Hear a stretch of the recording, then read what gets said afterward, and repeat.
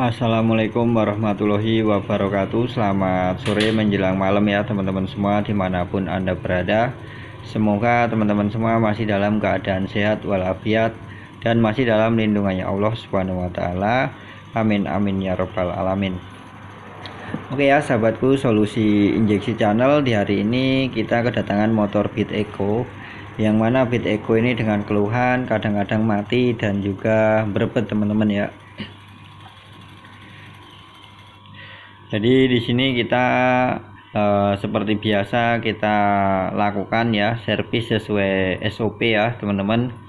Kita melakukan servis full servis ya teman-teman. Kita akan lakukan pengecekan dari mulai tekanan full pump, saringan full pump, injektor, throttle body, busi, CVT, saringan udara, setelan klep, dan kita akan melakukan pengecekan menggunakan scanner ya teman-teman. Nah ini kasusnya seperti ini, data-datanya ya teman-teman. Ini kita sudah bongkar di bagian full pump injeksinya teman-teman, kita bongkar di bagian pompa injeksinya, dan kita akan melakukan pergantian saringan full pumpnya teman-teman. Untuk tekanan full pump masih normal, yaitu 40 PSI ataupun 294 kPa teman-teman ya. Ini kita pasangkan scanner, jadi kita kuras tangki, kita bersihkan injektor dan juga throttle body ya teman-teman. Jadi untuk servis motor injeksi itu kita harus sesuaikan data-data di unit motornya teman-teman ya. Jadi servis motor injeksi itu tidak cukup dengan dibuka saringan udara dan disemprot menggunakan karburator cleaner teman-teman. Itu tidak berlaku untuk saya teman-teman ya. Jadi buat teman-teman di sana yang masih menggunakan servis motor injeksi dengan menyemprot di saringan udaranya, di filter udaranya ya, silakan di-upgrade untuk pengetahuannya tentang cara bagaimana melakukan servis motor injeksi ya teman-teman. Jadi motor injeksi itu ya harus kita lakukan full service teman-teman, dari mulai saluran bahan bakarnya ya, pembersihan ruang bakarnya, setelan klepnya, dan juga kita akan melakukan reset ECU-nya ya teman-teman. Jadi di sini saya seperti biasa menggunakan scanner dengan merek HDS teman-teman, yang mana scanner ini sudah sekitar 4 tahun lebih ya saya miliki. Alhamdulillah masih normal-normal saja teman-teman. Nah di sini untuk melakukan pengecekan data-datanya itu ada yang namanya RPM, setelan RPM-nya ataupun stasionernya ya teman-teman, dan juga ada yang namanya sudut bukaan TPS-nya, ada suhunya, dan mulai pengapiannya, sudut pengapiannya di berapa, mode altitude, dan juga untuk perbandingan bahan bakar dan udaranya, dan juga pergerakan sensor O2-nya ya teman-teman. Jadi di sini untuk melakukan servis motor injeksi itu teman-teman, saya biasanya untuk satu unit motor ya, satu unit motor yang tidak trouble itu biasanya sekitar 1,5 jam teman-teman. Tetapi kalau untuk yang trouble ya sampai datanya benar-benar normal dan motornya enak untuk dikendarai teman-teman. Di sini saya tetap memberikan garansi ya teman-teman, garansi servis 1 bulan ya teman-teman. Apabila terjadi kendala lagi boleh dilakukan ataupun kita lakukan cek ulang bersama-sama teman-teman ya.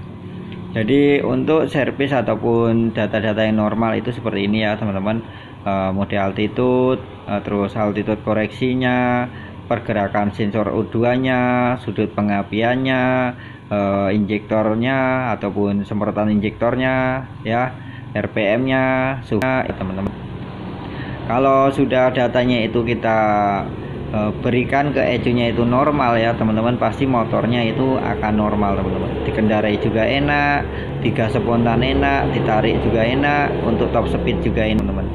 Nah, jadi di sini ketika normal itu untuk pengisian baterainya juga menunjukkan garis-garis kecil ya teman-teman, itu akan normal teman-teman. Dan tentunya untuk di Eco ini teman itu yang sering kelongan ataupun sering bingung, Mas motornya itu kok untuk pengisian baterainya itu bisa sampai 15 voltase teman-teman ya. 15 volt ketika servis. Itu teman-teman harus cek dulu teman-teman, lampu depannya itu nyala atau tidak. Kalau lampu depannya tidak nyala, biasanya untuk pengisian baterainya di scanner itu mencapai 15 teman-teman. Itu untuk bit echo ya teman-teman. Tetapi ketika dihidupkan lampu depannya itu biasanya yang sudah memakai saklar 3 titik teman-teman.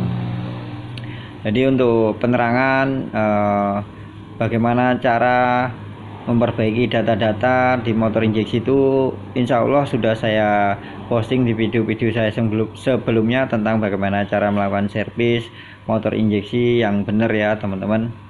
Jadi apabila teman-teman melakukan servis menggunakan scanner itu, data-data yang kurang, yang tidak normal itu tahu. Jadi banyak ya teman-teman, kita itu melakukan servis motor injeksi, ketika dibawa konsumen itu merebet, tetapi ketika dibawa ke bengkel itu tidak merebet. Itu biasanya agak sedikit sulit, tetapi kalau dengan scanner insya Allah data-datanya akan terlihat teman-teman. Nah di sini selama ini saya tuh bisa dikatakan baru beberapa kali tentang menangani motor-motor yang berebet ini sampai melakukan pergantian injektor Varius 125 teman-teman.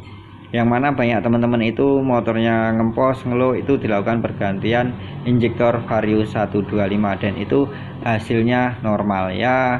Mungkin beda wilayah ataupun beda iklim ya teman-teman, beda cuaca itu juga membuat perbandingan ya teman-teman. Jadi kita tidak bisa menyalahkan mereka yang bereksperimen, semuanya itu bagus, intinya tujuan mereka itu untuk menghilangkan berebetnya teman-teman ya.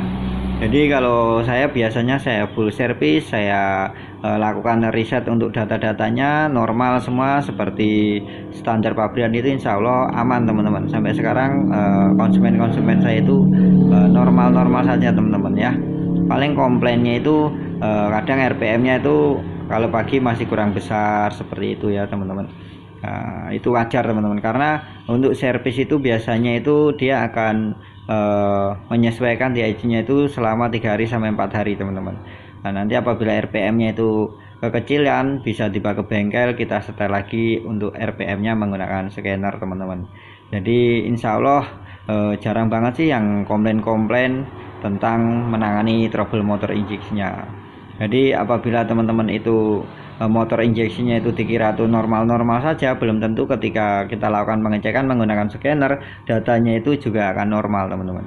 Jadi untuk data ini itu kita dapatkan dari unit motor teman-teman ya, bukan saya mengada-ngada, tetapi ini real dari unit motor yang kita tangani teman-teman ya. Untuk RPM 1400, TPS nya 488, untuk suhu mesinnya itu 89 seperti itu ya teman-teman. Itu kita dapatkan dari unit motornya.